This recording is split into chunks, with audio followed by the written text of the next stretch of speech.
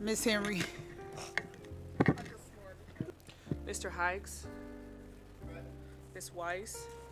Here. Ms. Hubbard. Here. Ms. Val. Present. Ms. Jones. Here. Mr. Davis. Present. Ms. Cousins. Yes. We have a quorum. Stand for the Pledge of Allegiance, please.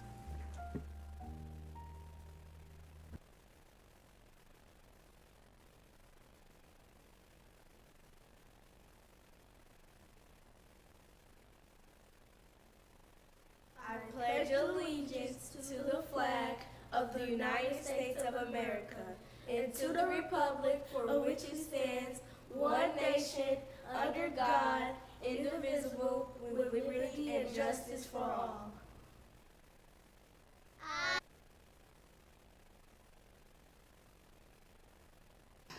I'll turn it over to Dr. Scarlett for your presentations.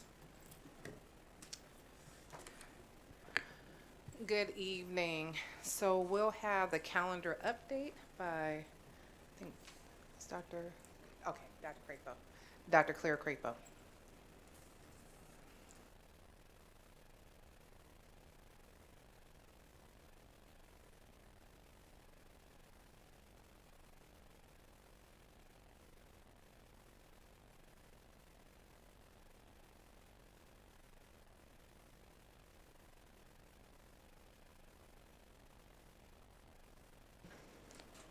All right, good evening. Tonight we are excited to provide the community and the Board of Education an overview of our proposed calendars for the 2024-2025 school year and the 2025-2026 school year. So we're very excited about that development. This evening we'll be sharing the areas of focus that we took into consideration when creating the calendars, the requirements we must adhere to, key changes, our key updates to the calendar for the coming years, a comparison of our SLPS calendar year over year, and how we compare with other school districts in the area. We will wrap up with next steps and the current feedback we've received so far. So as we developed the calendar, we worked with a calendar committee beginning in fall of 2023. The calendar committee consists of teachers, union members, principals from elementary, middle, and high, and district staff representing a wide range of departments. As the committee came together, there were key considerations. So one was developing a calendar that maximizes and centers student learning and teaching. And as you can see, there were three key priorities: professional learning, maximizing student learning, and then teacher record keeping. And so you will see these priorities as we review the calendar for this evening.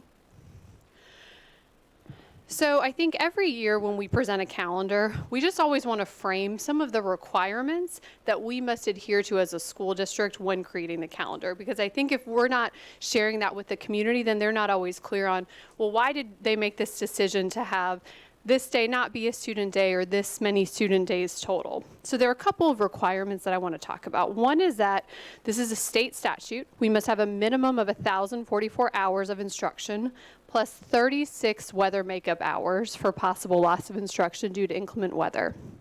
Per our agreement with the union, we have 210 work days for our teachers. And then two other pieces. In terms of the start date of the school year, it is also state statute that the start date shall be no earlier than 14 calendar days prior to the first Monday in September. So that's just another piece to keep in mind. And then the latest update that we're excited about that's still a potential is that the Missouri Senate passed Senate Bill 727. So one of the key substantial changes is that the funding is one of the key changes is to the funding formula, which means millions in more state revenue for the district. However, it does require that we have to have 169 student days. So initially when we drafted the calendar, we had 168 student days. Then we went back in after negotiating and working with the union to add another student day. So those are just different pieces I want people to keep in mind as they look at the calendar.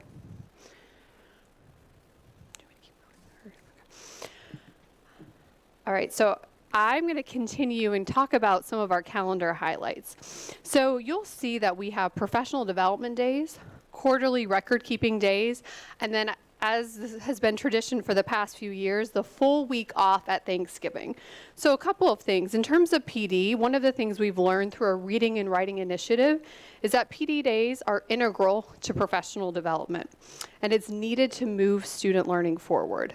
So currently, we are carving out days for our 6 teachers who are part of the Reading and Writing Initiative to meet. And during next school year, our PD days will ensure that we all have time for Java-like conversations and professional dialogue. When we think about record keeping, it's important that we communicate with our parents what our students are learning, areas of growth, and celebrate what they have learned. So these days are opportunities for teachers to codify what students have learned prior to sharing this information with families. And then finally, I think the most popular is the full week off at Thanksgiving. And we know that from talking with Local 420 that time off is deeply valued by Local 420, our SLPS staff and families. So I want to talk about year over year. So you have a copy of the calendars in front of you. I just want to do some highlights for you so you can kind of get a sense of where we are. So in terms of full professional development days, this year we had 14. Next year we are proposing 12, and then the following year a total of 12. So stay tuned with me as you're thinking, oh, this feels like there are fewer PD days. So we have a different way that we worked in PD days that we'll talk about in a moment. So like I shared, PD is a priority, but record keeping is as well. And we continued when we talked with our teachers, we heard over and over again, we need quarterly record keeping days. So we worked with the union, and so we're really excited that next year we'll have 3 total, we're proposing 3 total PD days / record keeping days. So essentially what that looks like is in the morning it would be a professional development, and then in the afternoon it would be record keeping. So then we have 3 of those days proposed for this next year, and then in 2025, 2026. So it's a little bit of a different structure that we're excited about. And then one thing, and I just want to share, there's a little bit of an error because we had to make this update when we added an additional student day. So if you're looking at this PowerPoint, full day teacher record keeping, we have 2 days total this year. Next year, it's not 2 days total, it's just 1 day in May. And then another day in 2025, 2026, it should just be 1 day. So I apologize for that error. So it should say May 23rd for next year, and then for 25, 26, just May 22nd. And that's reflected on the calendars you have in front of you. So I apologize for that error. So it's just 1 full record keeping day. But again, if you go back and look, we did add those 3 half-day record keeping, half-day PD days. So a shift, we're doing things a little bit differently. Okay, so let's talk about holidays and breaks, which I think people are always eager to hear about, and how they compare year over year. So as always, Labor Day, we'll have that day off. We'll be continuing to prioritize a wellness day on October 24th for our staff members at CSMB and CVPA. And certainly we'll take a case-by-case basis at staff members who were in those buildings on October 24th but no longer work in those buildings. We'll also be supporting them with a wellness day next year and in 25, 26. In terms of election day, so we are proposing that similarly to this year, next year we do have the day off of school completely. Just want to highlight that that is a presidential election, so we feel that that's very important that that day is off. The union agrees with us. The shift for the following year is that we won't have any students, but we will have a professional development day that day. And part of that came to when we were looking at the 2025-26 calendar and we were trying to make all of the days work and find 169 days. That was one that we decided to add back on. It is not a presidential election, as you know, since we'll have one next year, and so the union was in agreement with that. We will continue to have Veterans Day off, like I shared earlier, the full week of Thanksgiving break. And then this shift around winter break, we'll have teachers returning next year on the 2nd, students on the 3rd. I'll address some of the feedback we've been getting from that. And then in 25-26, teachers will return on the 2nd, students on Monday the 5th. This slide, I think it's pretty self-explanatory. These are our traditional holidays with the exception of spring break. Those are all dates that the district is closed. Spring break, teachers and students are out, similar to prior years for spring break. So I want to talk about how our calendar compares with calendar dates across the region. So you can see that we're all starting around the same day, either that Monday the 19th or Tuesday the 20th. Winter break, we have a shorter winter break than some of our districts with our teachers returning on January 2nd. And then you see spring break, and then the last day of school is the 23rd, which aligns with many of the districts in the area.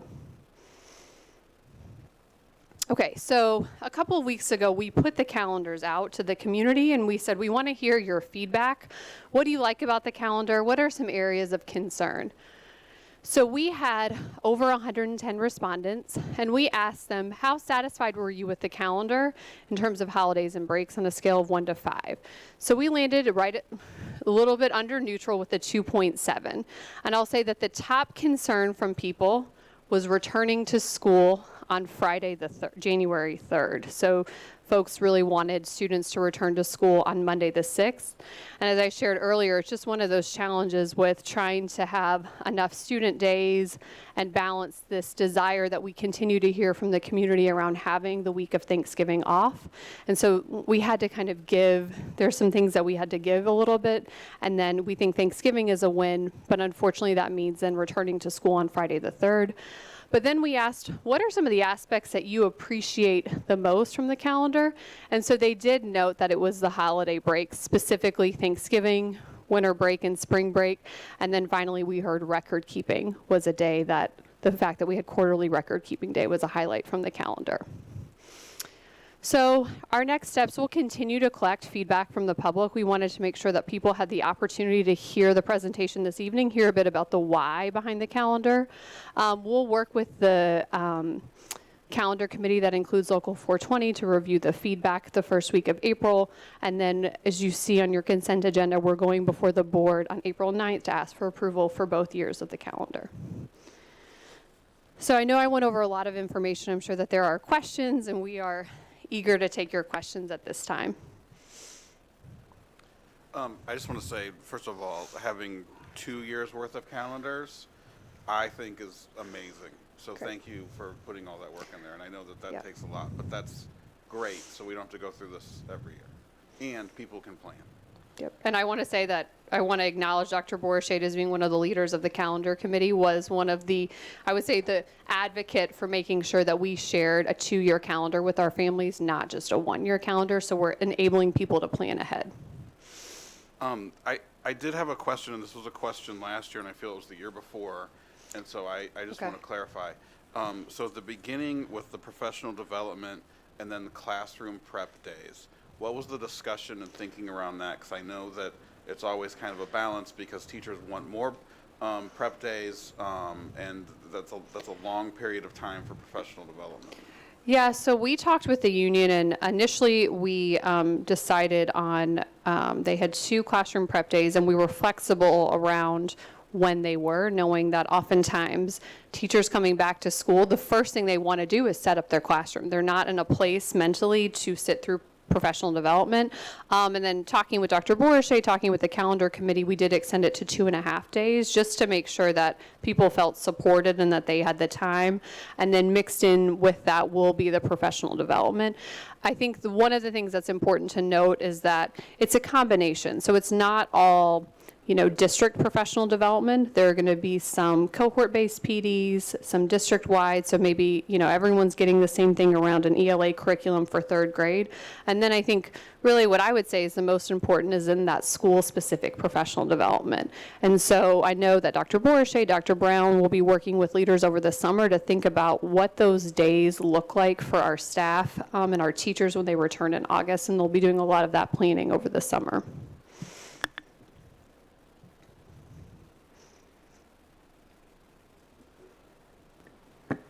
Anyone else? Thank you, Dr. Crapo. Thank you.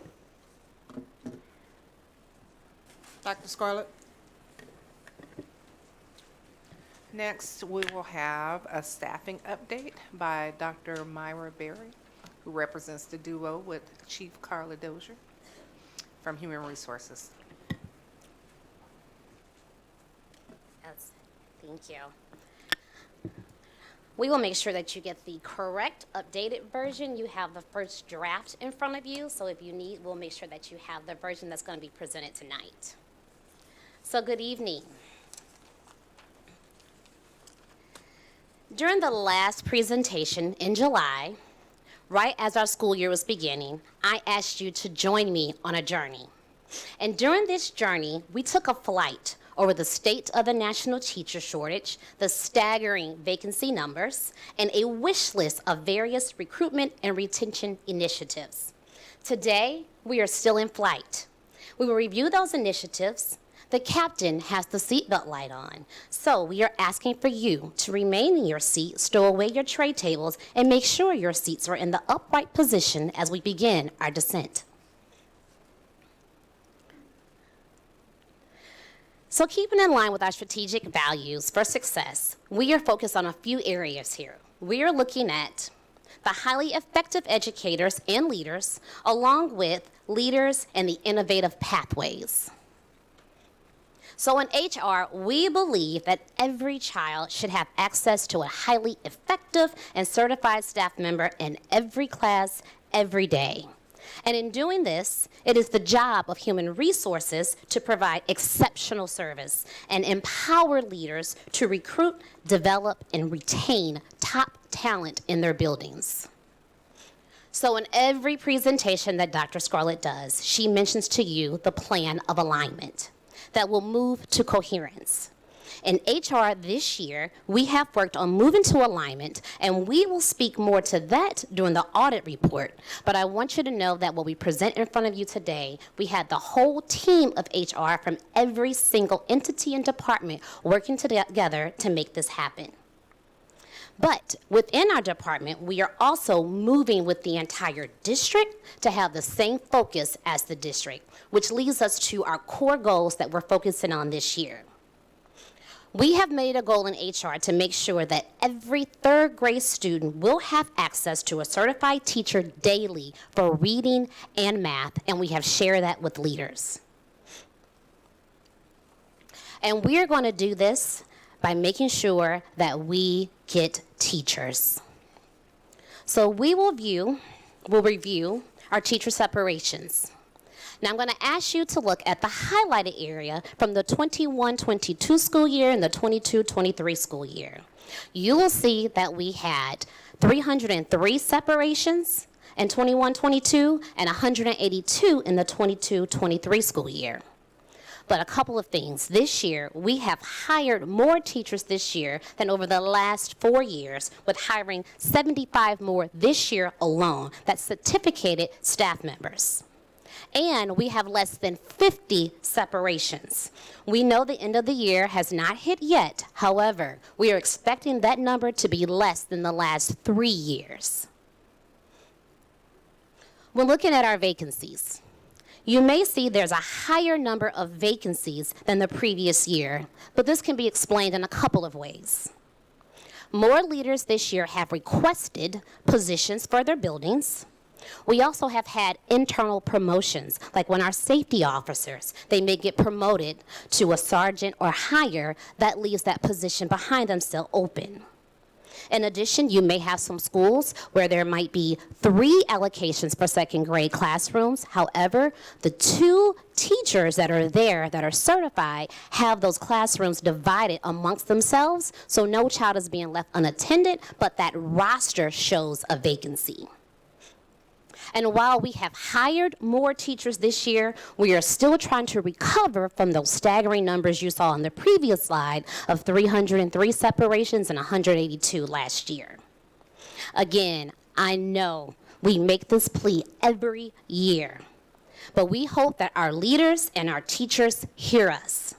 The way to keep certified teachers in our buildings filled is through retention. In HR, we say retention is the new recruitment. Can you imagine a world where we hire almost 250 teachers a year and we retain 200 of them every year? Within the next 3 years, this will be a completely different conversation. And I know we can get there, and I am challenging us to make that happen. This year alone, we have hired 71 more certificated staff members in the previous year. And when we talk about certificated staff members on this screen, we are referencing our counselors, our AICs, principals, and licensed professionals. Now, looking at our non-certificated staff members, you will see last year we had to hire about 144. This year we only had to hire 562. That's because we retained a large number of our non-certificated staff members. The way we did this is paying for their substitute certifications, offering programs and pipelines and routes to certification, competitive salaries, and benefits. In order to retain, you ask, we must also recruit. The ways that we are doing this, we have a number of certification pathways. No matter what step you are in your educational process, we have a route for you. The Stepping Stones. The Stepping Stones program with St. Louis Community College. It will help you finish and receive your BA and certification. Our Para to Pro. This is with Lincoln University, where you have to have at least 60 credit hours. It's an emphasis in special education and elementary education. We are going to bring an additional program to you where we are going to ask for another program that's just like this, targeting the same group, where we can have almost 40 additional staff members that can become certified. We have 2 programs, one through UMSL and one through SLU. This is where our staff members are receiving their master's and certification while serving as the teacher of record. We even have programs for our apprenticeships and for our high school seniors. This is where we will pay for their college education. They will also work while they're in school and then come back and work for us for at least 2 years post-graduation. We are currently paying for this through our ESSER funds, and unfortunately, we know this was the last year for ESSER funds, so we hope that we can find a way to continue to keep this program going. But we must thank Parsons Blewett, who contributes a large financial portion, as well as St. Louis Public Schools Foundation helps us with a few things like our fellows, where that helps us recruit additional certificated teachers. The certification programs that we just talked about, all of them, we always get the question about equity placements. They are 100% equity placements, and we consider equity placements to be the hard-to-fill content areas in our schools with high vacancies. We are working to recruit applicants that match our student demographics. So we are looking to get a higher percentage of candidates that identify as persons of color and male. UMSL and SLU, if you look at our chart, you will see that their retention rate was slightly lower, but this was due to COVID. Now, our Para to program is fairly new, but you will see we have a higher retention rate, and this group that we're targeting for our new program will also be in the same category. It's our teacher aides, our instructional carriers that have been with us for years. We have 91 candidates right now that are interested in this program, and that's not including our ILAs or BLAs that we'll talk about shortly. We have 42 teachers that are employed with us that matriculated from our program that we previously had with the St. Louis Teachers Residency. So 148 are still with us today from the programs from when we first started. Now, these programs have been in existence for years, but through Dr. Scarlett's guidance, she said, well, they may be happening, but how do we know they're happening if we can't see them? So we are going to do a better job of making sure that we market this and enhance the sense of dignity and belonging. Now, our career fair. This is the first fair that we have had in SLPS, put on by SLPS, and over the last 5 years. And in our first year back, we had over 200 candidates that attended. We offered 64 on-the-spot signed offers, 46 schools and departments participated, and Building and Grounds not only supported this event, but they hired 14 new employees with more offers being made daily. And our leaders, and our leaders hired 14 new certificated teachers already for the 24-25 school year. So we're going to show you a short video.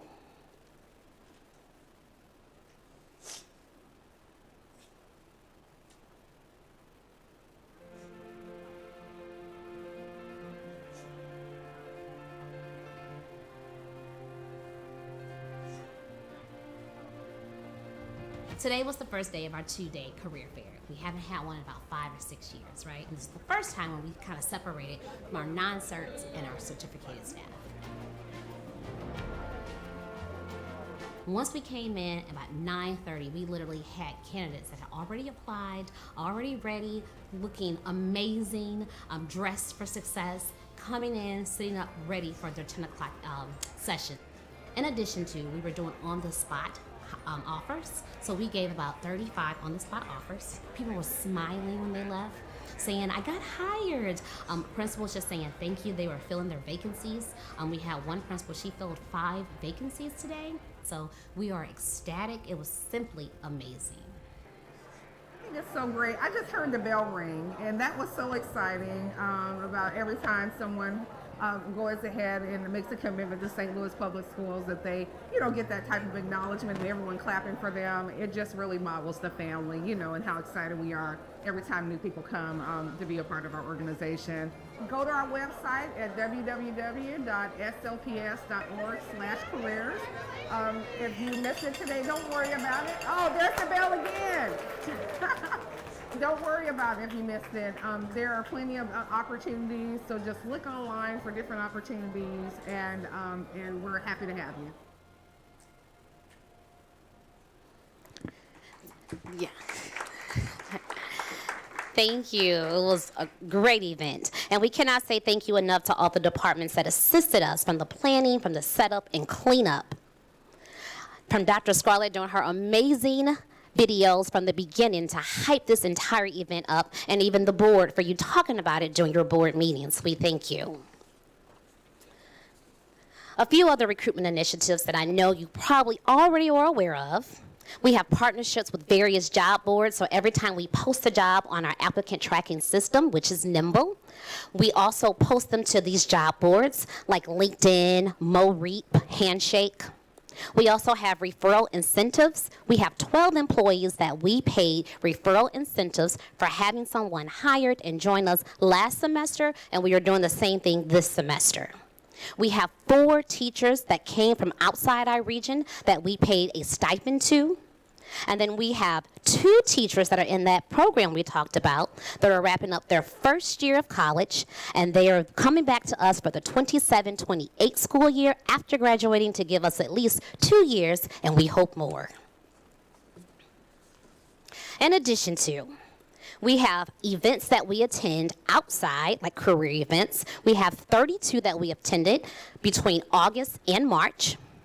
We are also looking at our career fairs because we attended 20 about 2 years ago, and at the end of this year, it will be 40. So we're looking on our return on investment to make sure that it's yielding the desired results that we want.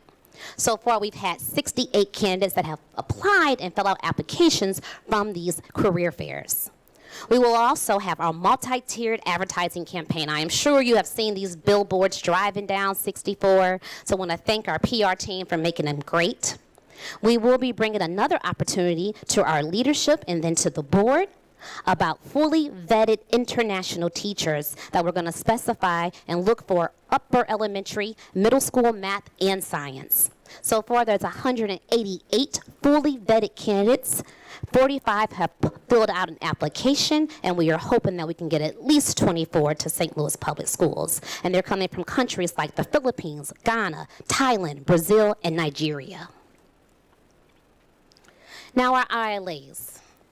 ILAs came into existence in about 2021. However, we have always had long-term substitutes. But the difference with an ILA, a couple of things. They are paying into the pension, which is amazing because it helps replace those contractors that we have or those vacancies that are there. So you talk about a return on investment in one area, that's one.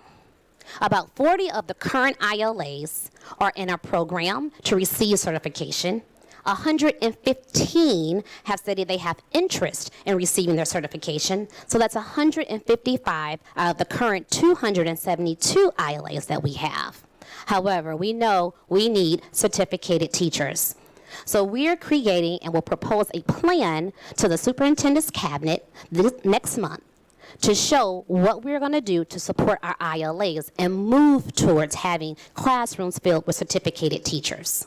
And the proposal, it will include limits for ILAs, also shifts in coaching, professional development, and mentoring.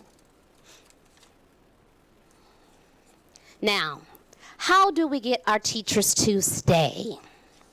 We have already shared with you that retention is the new recruitment. And one significant retention strategy was the unprecedented salaries that we just gave to our staff that are doing the heavy lifting each and every day. These unprecedented increases were the result of our partnership with Local 420, Dr. Scarlett, and the board. So you have heard about these unprecedented increases, but just to remind you that everyone represented by Local 420 will receive at least a 10% increase over the next 3 years. Now, we understand why our teachers are leaving us. Money could have been an issue, but it's not the sole impact. Our teachers want to be seen and heard, and we hear you. We have staff anniversaries. With this, we've talked about in the past, talking to our staff and thanking them for their years of service, but this year it is going to happen. We're going to make sure that every staff member that reached a milestone will receive a certificate as well as an award for their years of service. We offer Career Ladder. We have 100 SLPS staff members that are currently in partnership receiving funds because they are doing additional leadership duties between $1,500 and $5,000. We have 26 teachers that are currently in the Career Ladder program for National Board Certification, which is the most prestigious and recognized teacher credential in the country. Principal contracts went out earlier this year. We have cooperating teachers that are housing student teachers being paid. We have paid student interns that are in our classrooms receiving money to do their student teaching, and they will come back and work for us for at least 2 years. Now, our whole campaign this year has been about our future. But we cannot embrace or talk about our future without honoring our past, embracing our present, and impacting, protecting, caring, and inspiring our future. So now, we have made it to our destination, and we hope you had a pleasant and enjoyable flight. The captain has turned off the seatbelt sign, and thank you for flying with HR as you could have chosen any other department to fly with.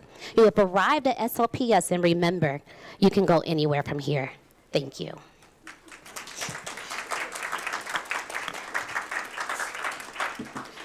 Chief Dozier, can you go up there with her, please? She was my rehearsal buddy. I want to publicly recognize both of you ladies.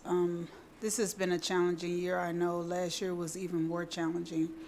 HR has been the most impacted department for St. Louis Public Schools. I know once I got on the board, and a lot of us as board members, once we came in, we were hearing a lot of challenges that HR was dealing with. And Dr. Berry, I'm very pleased with the way that you presented yourself, the way that you presented the actual presentation today, and to see the level of growth and improvement within the HR department, to see the career fair. We were here actually and saw it ourselves. I was able to see it myself and see how people were actually engaged and exciting. I was actually able to see how the staff morale has really changed and grown within the district. And I want to commend both of you young ladies on the outstanding job that I've seen personally firsthand of what's going on with the district, and just seeing the presentation and what you were able to do, Dr. Berry. If I didn't have a job, I may have come and applied to work. So congratulations on a job well done. Thank you. Is there any questions from anyone else or any comments? Birthday member Tracy Heights, did you have something? Birthday guy. More work. There you go, Mr. Birthday. You know, it's that age, birthday. All I always say is thank you and a nice landing. I also want to say thank you, and several of my kids have expressed interest in being teachers, and I'm like, well, let's see how teacher pay works out by the time you graduate college. But this is really encouraging, and it would thrill my heart to see them at the district and know that it's a viable pathway for their life. So thanks. I just want to echo what everybody else wanted to say, and I also want to point out how much I appreciate the fact that, and I don't remember the time frame because everything blurs together, but you know, we sought the HR systems review from the Council of Great City Schools for a long time. There was a lot of pushback about it, and when it landed, it was not well received. And to see the two of you take that as an opportunity and as a guidepost, and to come back now and see you actually taking those suggestions, making them our own, implementing them for how they work to us is just very gratifying. I feel for myself being on this governing body to see how I feel like that's a collaborative effort that we can work together, because it was always meant to be as a support for human resources. How can we provide a roadmap so we can, you know, have that outside entity come and say this is, you know, some best practices we can adopt, and to see the two of you take that and implement that is very fulfilling for me. And so I'm also very pleased that you're not taking it and spiking the football, that it's always going to be a constant growth, and to see the goals that you've set, and it's just speaking as a parent too, that's very satisfactory to me as well, because it's so important to see our teachers appreciated and supported and want to stay, because that means so much for our students and student achievement. So thank you. Secretary Jones. I just wanted to say thank you. Your presentation was exciting. It's just the way you were speaking and the facts that you were presenting is just wonderful, and it feels really good. And just thank you both.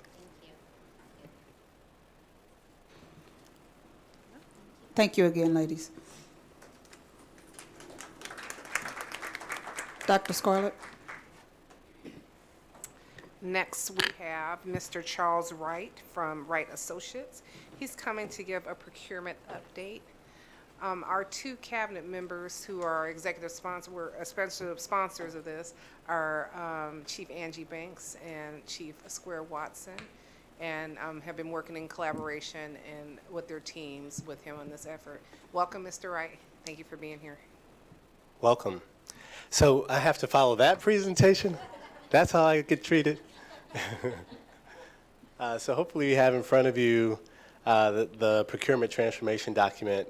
I shared a pre-read before this meeting, so I'm not sure which version you have, but there are some slides for today's meeting that you're not meant to actually read. I'll just kind of talk through them. So if you get to a slide where the print is kind of small, that's why. So I'll just introduce a little bit about myself. I previously served as Deputy Superintendent for the Seattle Public Schools, as Chief Strategy Officer for the Denver Public Schools, and Assistant Superintendent for Accountability for the Duval County Public School System. And before that, many years before that, I was that kid who, when you saw him out at the supermarket, you said, pray for his mother. When you saw him graduating, you said, I can't believe he graduated. And I share that to say, you have to understand the journey, where a person is in their journey, to really appreciate the outcome. And so this is part of a tee up for where we are with procurement. After I left the district, or after I left the Carnegie Foundation for the Advancement of Teaching, I was their Vice President for Strategy, Finance, and Operations.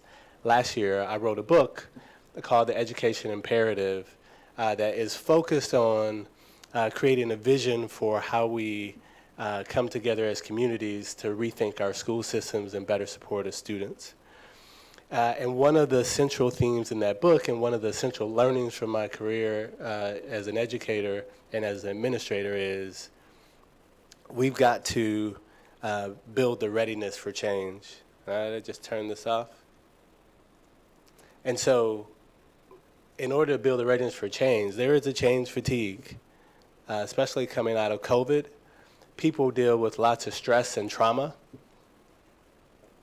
Even if they have a desire for change, the brain is hardwired to keep things the same.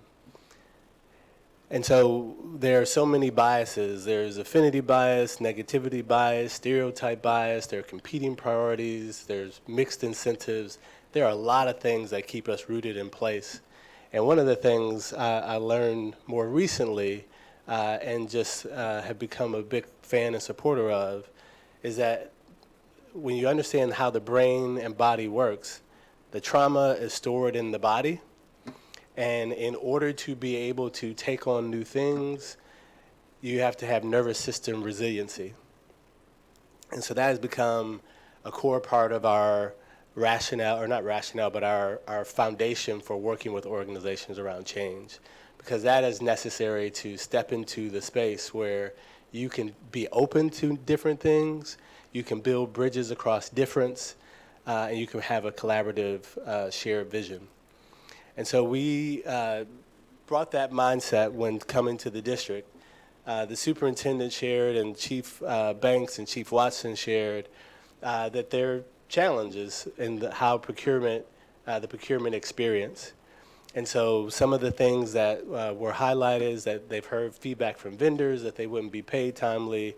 They've heard feedback from principals, and they've themselves experienced that the system didn't always meet the needs of the stakeholders in the way that they wanted or anyone else wanted. And this is not cast as an aspersion on the staff that are in those roles. It's really understanding the state of the systems that staff are working with and really trying to navigate and overcome. And so having worked in several school systems, I know those can be they are very stressful roles, which is why we bring in that nervous system resiliency work to give people the tools to be able to lean into the difficult conversations and make sure they're taking care of themselves. So we had two phases to this work.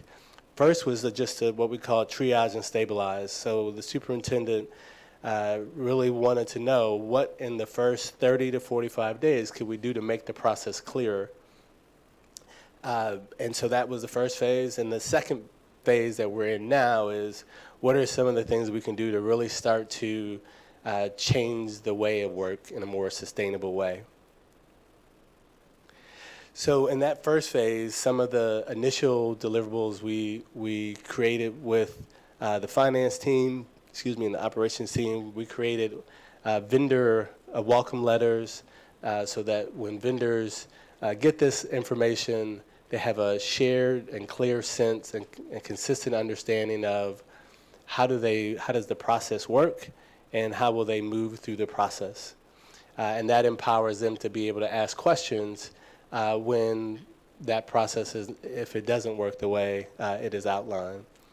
We developed another document that lays out thinking for an understanding of what are the roles and responsibilities of the different approvers in the decision process, because we heard in our interviews that not everyone understood who the people were, why things happened the way they did, and so we created that tool to make it clear who's doing what. And then we created changes that could help on the website so people kind of know where to go to get information and can get there quickly. One of the recommendations that came from the principal corps was before the fiscal year-end deadline for grants cut off, it would be helpful to have a work session where the finance team, principals could come together and make sure that the grant money was being spent in a way consistent with their priorities that would help not return grant dollars. And so there was one of those work sessions. And we have two other deliverables that are still in discussion, but one of them is policy changes and superintendent procedure changes that would help improve the speed of payment at the end of the year for vendors. And then one other where, and I'll share more about this in just a little bit, where we're working to close the backlog of purchase orders.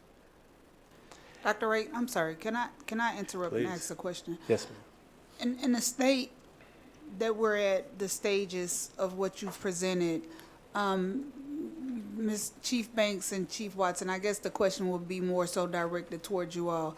Do you see some level of change from where you are, from where Dr. Wright has presented, like where you started in the beginning, and since he's worked with your staff and kind of going through the different exercises and processes, have you been able to gauge a difference in what you've been able to do with the procurement process?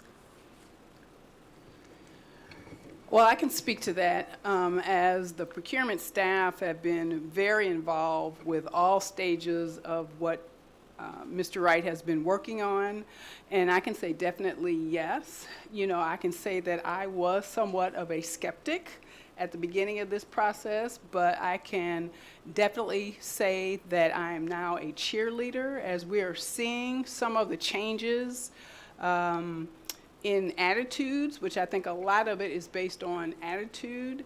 And so I'm really looking forward to, I mean, we're still very early in the process. So as we move forward, I certainly anticipate being able to see some bigger changes as we move forward. But yes. And I noticed, Dr. Wright, you were saying part of the process of what you were doing, you had the opportunity and during the process that you were getting feedback, not just from Chief Banks and Chief Watson staff, but you were getting it from the vendors as well as from the principals. Are we able to see or look at what they were saying from the feedback to help kind of gauge what the need was and how we could better move forward? So in the pre-read that you received, there are just some snippets. And the next few slides I have coming up, they're just some data, and I'll talk about some of the things we heard that are themes. Thank you. You're welcome. So one of the things that quickly became apparent, so this project, as you heard me say from the beginning, the Procurement Transformation Project, we heard lots of feedback that caused us to rename the project as the Purchasing Transformation Project, because under that umbrella of purchasing, which when we talk with principals and we talk with central office staff, they mention many things that impacted procurement or impacted purchasing that were broader than the responsibilities of the procurement team. And so we just think that's important to name. And I won't go into all those items, but I'm happy to answer questions when we finish if you have them. But when we did the stakeholder survey, and you have on the screen here, two of the questions that we thought was important baseline data to understand. And so when we asked vendors, schools, central office, and others, can you trust the process, the procurement process? And then we asked, can you trust the accounts payable process? We see that there's work to do across stakeholders. And this was helpful for the team to really start to calibrate and understand the extent of concerns that people have about the process. So this is just a small snippet of stakeholder feedback, but President Cousins, I'm happy to answer specific questions once we finish. But a consistent theme from all the stakeholders was that we have to collaborate and we have to work together to make the process work. And a consistent need that was expressed was for respect and creating a culture of trust, and for recognizing that requesters are not finance experts. So one of the things I didn't say at the beginning is that procurement or purchasing is an important part, but a very small part of most people's responsibilities. And so if I'm making this number up, if there are 500 people involved with procurement from being a requester or an approver, there may be only 5 people of that 500 who is their sole job. Everyone else has other responsibilities. So they want that support to understand, for people to know that they're trying to learn. So all the systems have to work together to make it work. So I want to share quickly 2 highlights from some of the collaborative work we've done. So we created Procurement Huddle, and in the Procurement Huddle, we have individuals from across the organization, from finance, from instruction, operations, who are invited. And that purpose of the huddle is to clean out the procurement backlog. And so one of the main highlights from that huddle is that we discovered that there were over 1,200 open purchase orders. And we also discovered that the accounts payable team, who's responsible for processing those purchase orders, that's a manual process. They also are responsible for processing all of the vouchers, which is a manual process. And so the team came together to say, okay, how can we support the accounts payable team to make sure those purchase orders get driven down to 0? And that number is going to go up as schools and departments send in their purchase orders to close out the year. But we meet weekly, and we have seen good teaming and collaboration. The other I want to highlight is we have a workshop, a monthly procurement workshop, where the finance team and individuals from other departments come together and think about what are the intermediate and long-term process improvements we can make to make the process better. And so these are just some highlights from the first workshop, which was March 1st. So we did a gallery walk, and so we took that stakeholder interview data and we created personas. So we had Patty Principal, Velma Vendor, Cecil Central Office, and if you saw the pre-read, some of you would have remembered those individuals' personas from that pre-read. And so the groups walked through and they got to understand how are those personas thinking about this experience at each stage of the experience. And there were lots of feedback that we heard. And then we took that information and we broke into groups and we said, okay, what are the things we can do to address the concerns that we heard from the different stakeholders? And so what you see on the screen here, you don't need to read it, but you see categories of solutions to the different problems. And then we ranked those different solutions to say, okay, which ones do we think are highest priority? And so in the first workshop, we said we really need to address the goods receipt problem, we need to address the timely payments problem, and we need to address the end of year timeline, and we had training and onboarding, and those were the ones we decided to focus on. The training and onboarding, we will be focusing on this Friday at the next workshop. But that one is just a recognition that when people come into the organization, sometimes they don't get trained on the process. And sometimes what we heard from a number of principals is, I did the training, it was 1 hour. I was a new principal group with a large number of principals, and it was just difficult to learn it. And we heard from the finance team is that we can't get more than an hour. And so this opens up opportunities to really think about going forward, how do we best support staff across the organization with the process.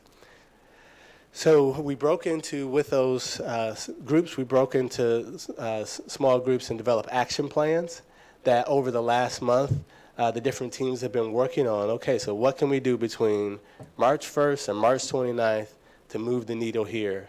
And so we'll be reporting out on that as a group on Friday. But that's been, it's gotten some good traction. And so at the end of this workshop, we asked the team to share one word that captured their experience. And I will echo Chief Banks' comment, like there was a lot of skepticism. There was a lot of skepticism. And I personally was gratified and surprised to see the one words. So people said, please, collaborative, hopeful, productive, damn. And I had to ask after it was over, okay, so tell me what you meant by damn. And he said, it's all. I can't believe what we did just in this afternoon together. Some people said change, humbled, motivated. And so we did a survey to get more information. And here you see, I believe, what the questions were. I believe we can achieve our shared vision. 89% said yes. I felt safe to voice my ideas and speak up today. 86% said yes. I believe I'm excited to keep working on making the procurement process better. 100%. And I'll just name for the people who said, I believe we can achieve our shared objective, and they didn't say yes, or they didn't rate it as positive, and the people who said, I believe our action plan is attainable, they left their names, and they said, you know, some of their feedback, I think I have on this slide, I'll do it again. They said, hold us accountable, and, you know, come talk to me. So it was very much an engaged set of feedback, and not a, I'm not on board, I don't think this is the right way to go.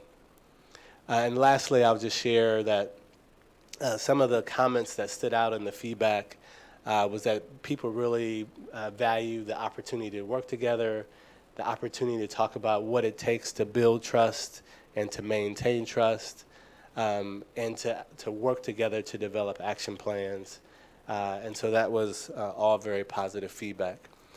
So we have 4 more workshops coming up, and these first 2 are really just looking at what are the immediate adjustments we can make. So these aren't technically process improvement, but they're things that can move the system forward.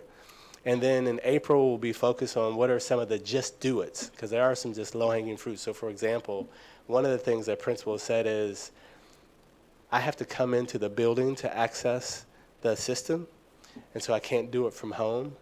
And so by the end of the workday, 6:30, I don't want to stay. I have to come in on the weekend by myself. Sometimes I don't feel safe. And one of the just do it's was, well, can we give them access to the system? And that is happening.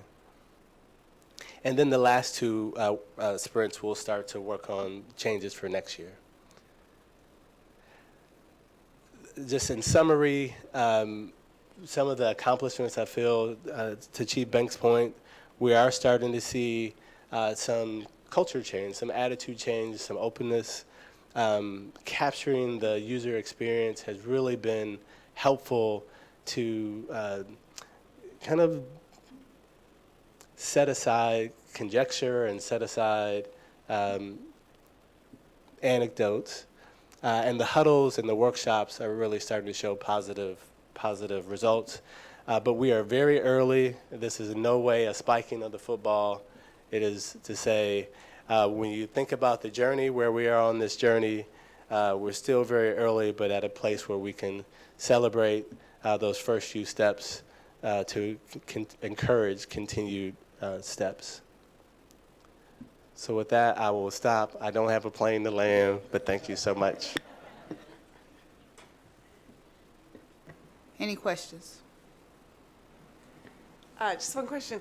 Thank you so much for the presentation. Can I ask how all of this will kind of come together in the end in terms of making sure we have like a concrete set of these procedures and practices moving forward? I'm assuming some sort of report, just to make sure that what this hard work that you all are doing is documented, even, you know, every little step of the way is documented, so that folks can see the hard work that you put into this and what needs to be done moving forward. Great question. For this phase, there will be a report that captures the stakeholder feedback. For each of the workshops, we have the action plan. So we have I don't know if you're familiar with Teams, but a Teams channel where we track all the data, we track the action plans. And for all the process that change, that will be stored in that Teams channel. And then if we're successful with the policy change and the procedure change, that will go up on the board. And so if we move forward to a phase 3 of the work, it will develop the collateral for the training. Well, let me take that back. Not for phase 3, that's capacity building. But there's training and onboarding collateral that will develop this phase for school leaders and for new central office staff, new and current central office staff. Thank you. Thank you. Vice President Davis. Since I have you here, and I saw on a couple of the slides, you did include the board's role in this process. And so I just wanted to ask you a little bit about that. I mean, I see that from our governance perspective, we're kind of at the beginning and at the end. We're at the beginning and we set policy, and I noticed that you have on there that you're going to make policy recommendations, which is great because we know all of our policies are decades old in some regard. So I look forward to seeing that, and so that's kind of a question about if you can sort of forecast what that's going to be. And then the second part is at the end, for the procurement process, the board plays the role in doing final approval. And I don't know how much you've discussed that with the staff, but I'll just sort of bring up my concern from our end since you're here again and we're paying you. You know, sometimes when we use a consent agenda system for these, and sometimes when we get to a consent agenda at the end or beginning of the fiscal year in the summer, I think last year we had one with over 100 and something items on there, some big ticket items, some of them were renewing contracts, some were old. It's overwhelming for us to go through that, to look at that, and honestly, we're talking about attitude, it causes a lot of resentment. I'll just speak for myself on my part, that we're being asked to do that and then go back to the community and explain to them you know, what decisions we're making, and I don't really know what decisions we're making because we weren't part of the procurement process. We're thrown all this stuff, and it may or may not have full documentation for us to review, or we may not have time to review it. So those are kind of two questions. One, what do you foresee as policy changes or when those may be coming to discuss with us? And then two, have you had any discussions or thoughts or best practices in terms of what a board governance role is in coming at the end of the procurement process and being involved in making sure that we're making good informed decisions that are aligned with our community's values? So thank you for those questions. And so I'm going to share a response, but I'm going to really turn and tag team with Chief Banks and Chief Watson. So the draft policies that we have been talking about in superintendent procedure comes in the 3 areas. So one is emergency purchases. And so just really looking at other school districts in Missouri and answering the question, how do they do it? What things can we learn from them? So there are some things that we're recommending that will make the process clearer and hopefully make it one that's more accessible internally. And there's another around payment process. And so that payment process looks at, well, are there any exceptions by which vendors should be paid even before it goes to the board, just with a notice to the board afterwards? And so utilities, like you never want to be late on utilities. You know you're going to always need your utilities is just one example. But there are others that you may say, we know this is a priority service, and we don't want to either lose the discount or we don't want to have the service shut off. And so you're authorized to make reasonable decisions and inform the board at the next meeting. And so we'll turn to Chief Banks. Those are the ones we've been discussing. I will turn to Chief Banks, on the timing of when that may come. Yeah, I think some of the policy changes that Mr. Wright's talking about, and I think there are probably a couple others that are kind of like low-lying and easy to make changes, I don't think necessarily are going to address what you spoke to, but I think internally some of the things that we can do, that we've already begun doing, is bringing the vendors to the board to present so that you have an idea of some of those larger type contracts that you might be receiving at the end of the year. And I know that we also have some things in place regarding a board action report that's going to provide some information to the board, which you would probably be acting on sooner for some of those year-end contracts, but I think a lot of that is really just based on internal protocols that we need to change so that we don't wait until the last minute. And the second part of your question, which I think Chief Banks just addressed, like that has not been in scope for this particular project of thinking about the board's particular role in the procurement process. And I'm calibrating here because we have not interviewed you, as you know, and so it would be helpful to hear if there is some different thinking, because we as we think about the board resolution template, like we've heard a lot of feedback on the way the process intersects with the board that we haven't discussed yet.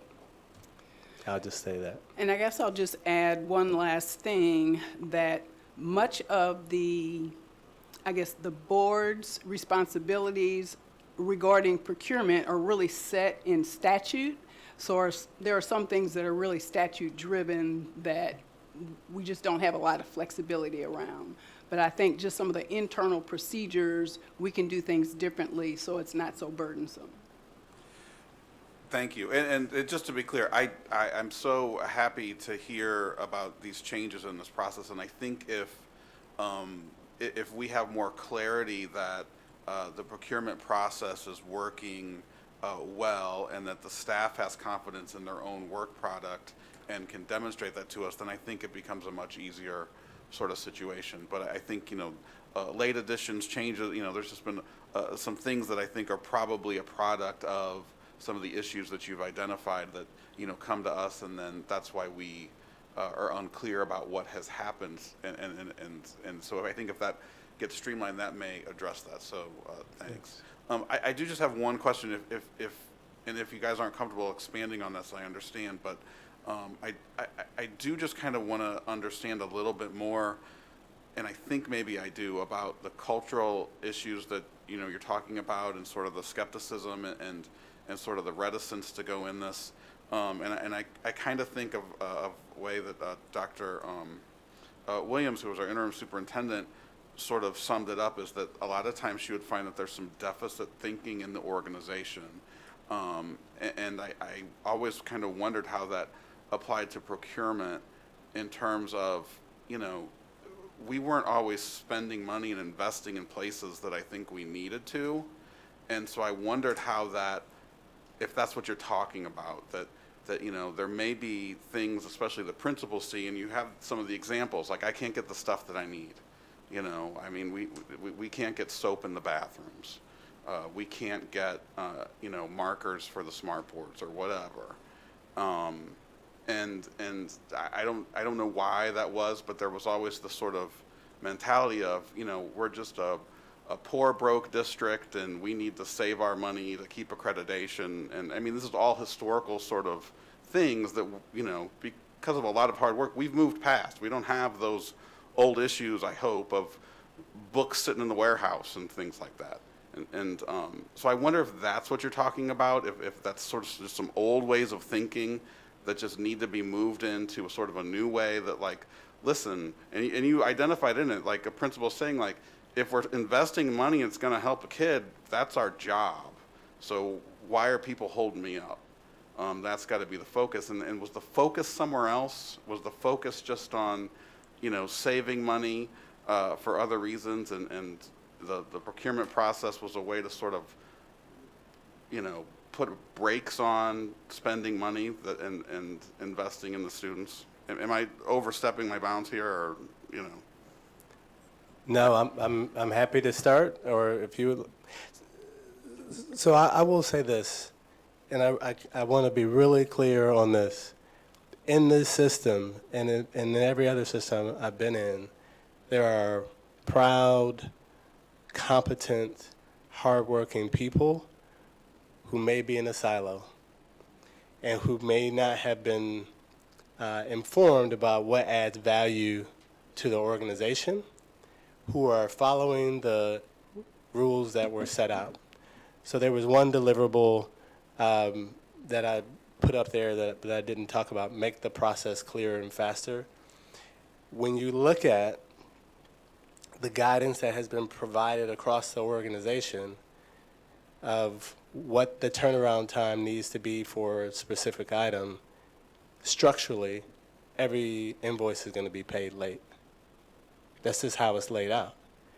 And so I say that to say that's not one person's fault, but it is endemic of how do the pieces fit together and who's looking at how do we solve problems and make sure we're complying with the law. And so you just have a lot of, when you look at the stakeholder feedback, a lot of people are saying the same thing. So and I'll just say this, and you and I can go on a much longer conversation that I know people don't want to sit here for. The finance team will say, well, look, I'll call a principal about budget transfer. I'm trying to get back to them. I don't hear from them. The principal says, well, look, I called the central office about a budget transfer, and I don't hear back from them. That's because they both have a lot of things going on, and the window that one has may not align with the window the other has. And it is in that instance, there's no one person's fault. It is a structural issue that we've got to figure out how we create a process that better addresses it. So it's not, I think, giving you the answer maybe you were expecting, but there are a lot of things that made sense when they in the silo, but they don't make sense when you look at the collective. No, thank you. I think that makes sense. You summed up what I was getting at, I think, much clearer. I think I'm still hung up on historical reasons why those silos were established, and they were probably a very good and necessary thing at the time, and we just really haven't broken them down, and we see the effects in, it trickles down to the classroom. So I just want to emphasize how important this is, because it may just seem like this is some, correcting the bureaucracy in the central office. It's not. Right. I mean, because the money that we're spending is first of all, it's taxpayer money that they've entrusted us with. So it's important that we're efficient about it. But also, I mean, it's got to get to where it needs to go, because we know we have those needs, and a lot of those haven't been met, and that's affected ultimately student achievement, which is what we're supposed to be talking about, I'm told. So you're right. Thank you. And that's what we're focused on. I had a follow-up question on that. So as Matt mentioned, we get this giant packet of stuff that's in alignment with the fiscal year that we have to go through. I do appreciate your emphasis on neurodiversity and neurobiology. I don't know if anyone's mentioned that yet, so I commend you on that. As you know, many of us do think differently and process information differently and procedures differently. So thank you for that. And then when it comes to those I guess your last follow-up about this is taxpayer dollars. What are you seeing as far as unrestricted fund balance reserves across other districts versus ours? We have this big hang-up in the procurement process, but we also have this giant pool of funds that are sitting there, and we look really good, right? Because we have, we're saving money and we're so efficient. But are we really efficient? And is that money just being tied up and sitting there for no reason and looking good on paper? Right. It's an excellent question. We have not looked at that. We have not done that analysis just yet. Thank you. And thank you again for coming at this from a holistic mindfulness perspective. I think that's really going to help just in general in the professional workforce, but this district especially. Thank you. Any other questions? Dr. Scarlett?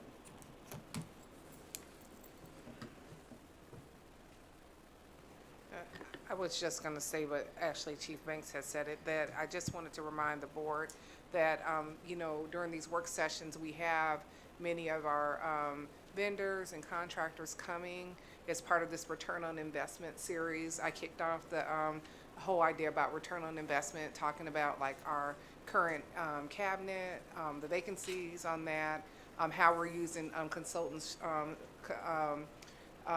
strategically across a number of different work streams that are connected within that. And so this gives an opportunity for you to have just some context on that. So it's just really to reiterate what Chief Banks has said before. Thank you. Now to the April consent agenda. Is there any questions regarding the April consent agenda? I have a few. Do you want to, Sadie, you can go first. I had a question about 04092410 to approve the purchase of goods and services from various vendors to further professional development and expansion of student services for the district's non-public partners. Could someone explain to me, please, what this specifically is about? It might just be because I haven't seen it before, but what do we mean here? What types of services are we talking about for our district's non-public partners?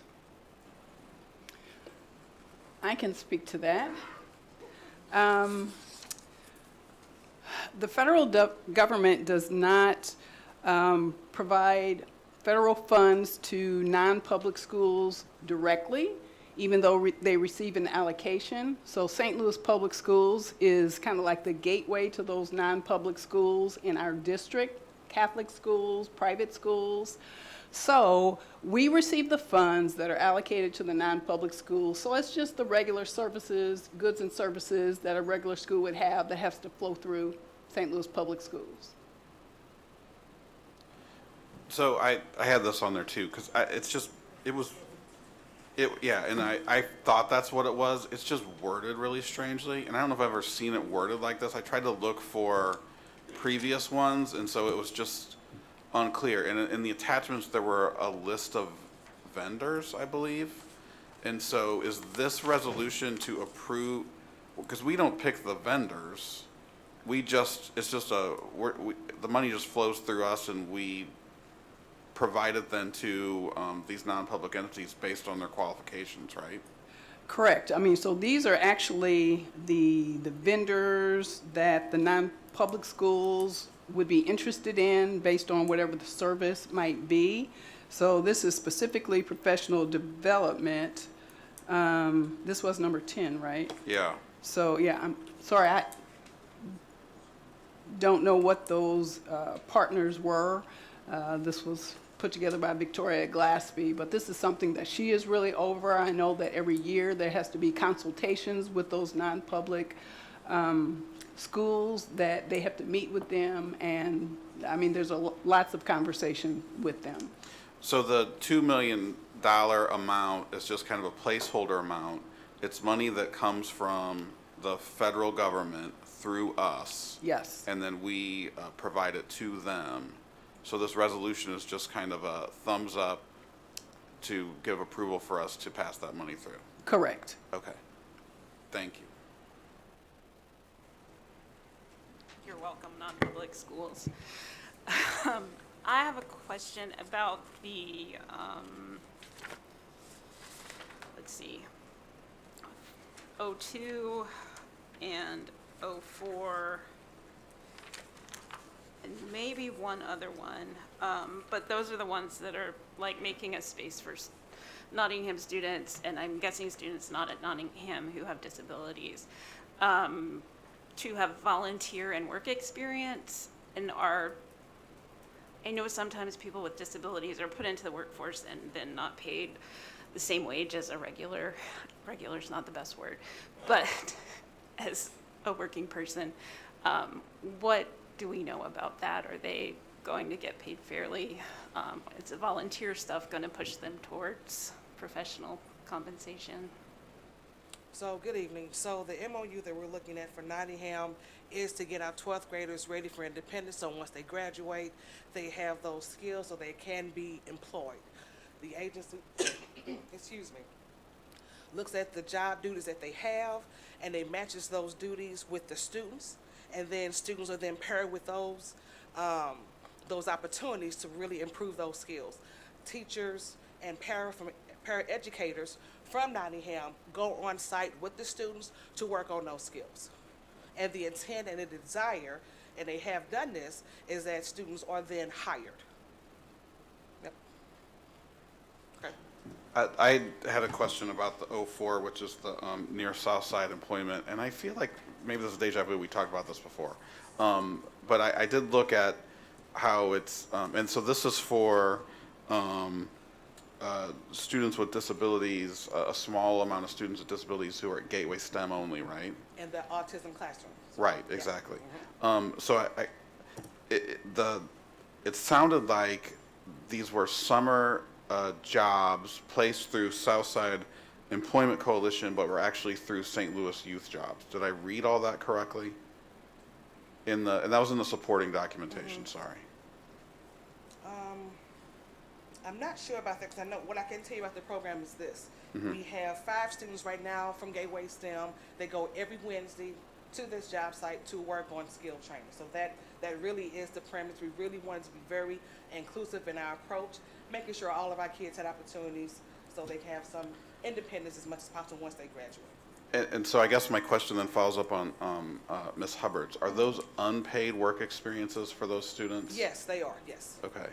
And it did mention STL Youth Jobs, so I just wonder, is there an opportunity for them to grow into that? And I would have to check that out, Okay. Ms. Davis. I really don't know at this point. I would have to see if there's a bridge to that once they complete this opportunity, would that then move to employment opportunities where they're paid? Okay. Yeah, Yeah, I mean, I guess I just share the concern about the unpaid internships. And I know it's great opportunities, but at the same time, it sounds like they are providing a work service for somebody, and so they should be paid. And we do have the other, I see Mr. Henning over there, so Dr. Henning, and so, you know, it's only 5 students, and I just wonder if there's opportunity to, you know, utilize our own Learn and Earn program and include that as well. It was just a thought, but thank you for that explanation. Understood. Thank you. You can go ahead and stay up there. 04, 09, 24, 05 to approve the renewal memorandum of understanding with special school districts to minimize the use of available local resources in providing early childhood special education services and related support. Can you kind of give me a little bit more in regards to that? So it's more of a reciprocal agreement they will have with special school districts.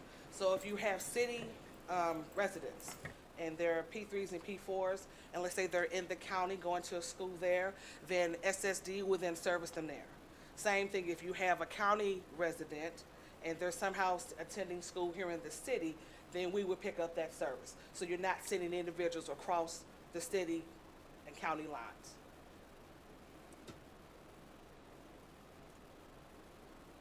Okay. Ms. Natalie. I have a question on 4/9/24/22. 22, to renew a contract for network wiring and then also auditorium microphones.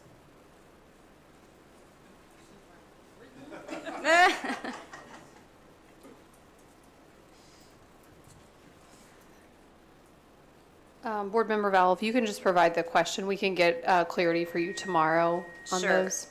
So I know that we had talked about this before and the need for it for a year or two at least. I just want to make sure all schools, what that actually means. So there are schools, obviously, who have different needs, and maybe some have an auditorium, maybe some have a band room, choir room. What exactly are we getting for all of these schools, and does it cover all of their needs, or is it just like a PA for the morning announcements, or is that somewhere in that information? We can get you that answer tomorrow. I have a question that's related to the question that Natalie just asked, because I've become aware that some schools that have the microphones and the audio equipment, just a particular classroom might have access and the rest of the school does not. And how does that work so that everybody, if we're going to pay for this type of equipment, has equal access to the microphones or what have you? Thank you.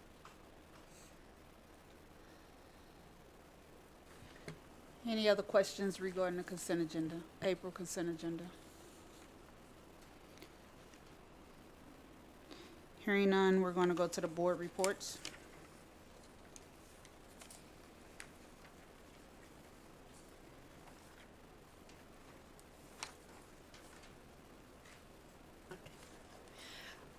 The Prop S committee met March 14th during the hailstorm. So thank you to everyone who came out. We met at Yateman and heard several presentations. We got to tour the building. Highlights would be the Ville Center and the community food closet. Lowlights were the boys' bathroom. It really needs work. And I'm going to provide a report that we'll be able to put up for the minutes. I don't want to say, I could talk for a long time, but I was really thankful to see that, Yateman is the only middle school on the north side. And so it's one of the ones that we're going to focus on because it will be in use to serve children for years to come. It's a solid building. It's not going to fall apart. And it's always disheartening to see that list of schools and their capacity and how many buildings are under capacity. And so we had discussion about how to make wise choices about that. We want to be good stewards of taxpayer money. And I just really applaud Square for the work that he's doing and our partners at Navigate. It was really good. And I don't know, there was video for some of it. Is it going to be up? Do you know?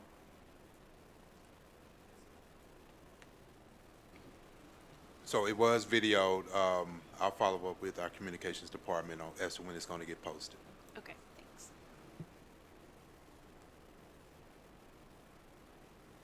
Board member, Secretary Jones. Last week, we attended a conference in Washington, D.C., and the conversation was, of course, about monies and education.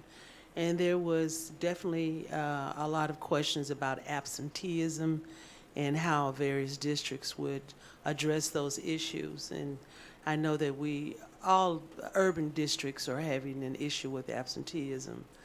But what came across to me is really critical right now is the emphasis that the educators made on acting now with any of our programs. They made it clear that it's not time to wait on anything with the political environment as it is, that whatever you're going to do it now. Don't wait around. Politically, it's time to make your moves. So if you have programs in mind, some things you want to do in education, do it now. And the one thing that they said the legislators or the lawmakers want is proof of what you're doing. And so to provide documentation of everything that you're doing to make sure that they understand that you needed that money and you want more if you need it for other programs. So acting now was the most important thing that I saw. So that's what I thought about our trip to Washington, that they want us to make our moves now.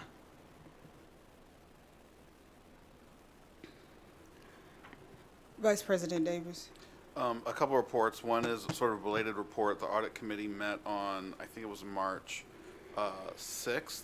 And so the open portion of that meeting is on the YouTube site. I want to thank Ms. Banks for her transparency with the committee on the struggles that have been ongoing with completing the audit. It sounds like, Ms. Banks, if I can put you on the spot, that it will be presented at and voted on our next meeting. That's what Mr. Gee reported from the auditors. So, yes. We've actually received the draft reports. Okay. So we should be in good shape for next month. Good. And I'll repeat that, my thanks at the next meeting to the audit committee, who are 3 volunteers and myself. I guess I'm a volunteer too. But they're experts in their field and ask really pointed and good questions and are just doing it out of the goodness of their heart and their affection for the city and the school district. For the legislative committee, we have not met in March, partially because of legislative spring break, which is correspondent with our spring break. Dr. Craper already did indicate SB 727 was passed. That's actually the educational savings account, which we call vouchers, expansion bill, which we did oppose. It did pass through the Senate as the result of a compromise, so the opposition was conducting a filibuster, and they broke that filibuster through a compromise. The compromise being there is an incredibly more money for public school districts through a change in the foundation formula, provided that you have a 5-day week. So it still has to go through the House. There's going to be some bargaining on that. That bill is a priority for the Senate. It's our understanding open enrollment is a priority for the House, and so now they do their little dance, and they're running out of time, thankfully. In addition, on that bill was included the bill that would change the vacancy provision for school board members in St. Louis and Kansas City. So instead of the mayor doing it, we'd be like every other school district except for Kansas City. But they would also be the same as every other school district, that there would be a process for the boards to fill vacancies. So there's a lot of good stuff in that bill, a lot of bad stuff in that bill, but that's compromise, I guess. We will be having our next legislative meeting on April 8th at 4 o'clock virtually, and so we'll have a greater update on that, and they'll probably have some more clarity on what budget is going to look like towards the end of the year. And one final update, this isn't really my committee, but this is a holdover from last year. We've talked about policy. We are on the top of the pile with the lawyers at MSBA to begin our undertaking of our review of every single policy that we have.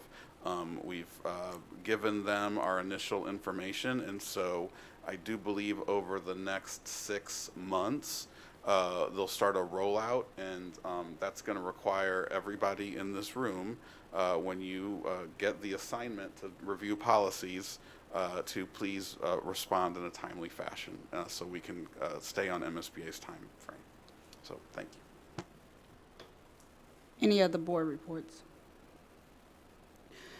I want to speak on what Board Member or Secretary Jones spoke in regards to the training that we had the opportunity to go to in DC. We also had a workshop in regards to the ESSER dollars. We wanted to make sure that we are focusing on how and where we're standing. If there is any dollars that's left over, that we're making sure that we're asking for an extension. What we were able to learn as board members, and we had the opportunity to get to Dr. Scarlett and Chief Banks, is not for the district to ask for the extension. It will actually have to come on behalf of DESE to do that request on our behalf. So we're trying to make sure we finalize that. That was some very informative information. I also want to commend the district, Dr. Borshade, and the team as well on 314 Day. I had the opportunity to go to Jefferson Elementary School. They had a beautiful parade. They were excited about learning how to read and getting their books. The parade was really excellent. The principal did a beautiful job with her staff. First Lady Parson actually came as well to Betty Wheeler School and to Malachi School because they were a blue ribbon school. I also had the opportunity to go to 5 church services in one day and speak on behalf of St. Louis Public School for the Literacy Project. They have supported the district in the past, and they are working to support the district again this upcoming year, focusing on 6 of our schools in regards to the Literacy Project, and in partnership with Literacy for the Lou. To continue this partnership, they're going to be expanding and doing a lot of kindergarten reading projects in conjunction with what we're doing with Literacy for the Lou. So stay tuned to see what that partnership will look like. There is also a plan that is working in place, or we're trying to work on, with the safe space, so to speak, or safe zone or safe law with Colonel Davis, Dr. Borshade and her team, where they're trying to really come up with a positive plan with not only the police department but the DEA and other components to really come up with ideas and ways to get our kids safe.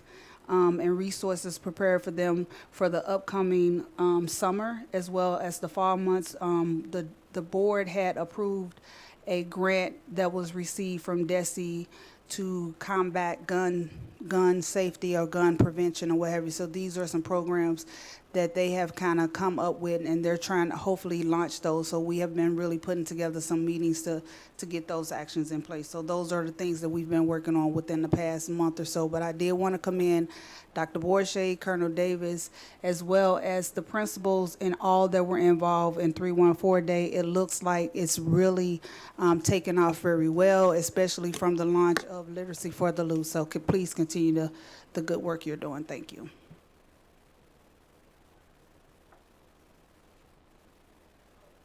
Oh, there was another event we went to. I'm sorry. There was a, what was it? Ballin', is it Ballin' in the Lou. There was Ballin' in the Lou where it was the county police versus the city police. I should know this. Whatever. The city police won. And they actually played. It was a really good competition, but it was a very nice turnout. It was sponsored at Vashon High School. Dr. Scarlett actually received the basketball and the trophy. It was kind of cute. But the St. Louis City police officers actually won, and all the proceeds go to Backstoppers. That was in conjunction with what they actually do for Guns and Hoses, but this time it was the Ballers, the basketball event. So it was well received, and part of the gun safety, they were actually able to pass out over 100 gun locks to those that were in attendance. Thank you. Thanks for that. I forgot about that. Anything else? Got one thing. I'll be quick. Board Member Hikes. I'll be real quick. Go ahead. I went Birthday to a- guy. I'm sorry. Before you say that, What'd I do now? we do want to recognize that we do have a birthday person in the house. Board Member Tracy Hikes, this is your birthday, but go ahead, birthday person. What do you have to say? Thank you very sir? much. Thank you very much. I went to a program at Jefferson Elementary School last week where Local 420 is sponsoring. They are paying parents to read to their kids, and they are trying to expand it. They're even trying to expand it into the Walnut Park area. So I just wanted to mention that, so I don't get hollered at by Ray Cummings next time you see me. Thank you. Vice President Davis. Well, if Dr. Scarlett's not going to sing, which I thought she was, I wasn't invited to. well, then I'll make a motion to return to closed session in accordance with the Missouri Revised Statute 610.021, subsection 1, 2, 3, and 13 to discuss real estate, personnel, and legal matters. Is there a second? Second. Ms. Henry. Mr. Hikes? Yes. Ms. Weiss? Yes. Ms. Hubbard? Yes. Ms. Baum? Yes. Ms. Jones? Yes. Mr. Davis? Yes. Ms. Cousins? Yes. We are adjourned.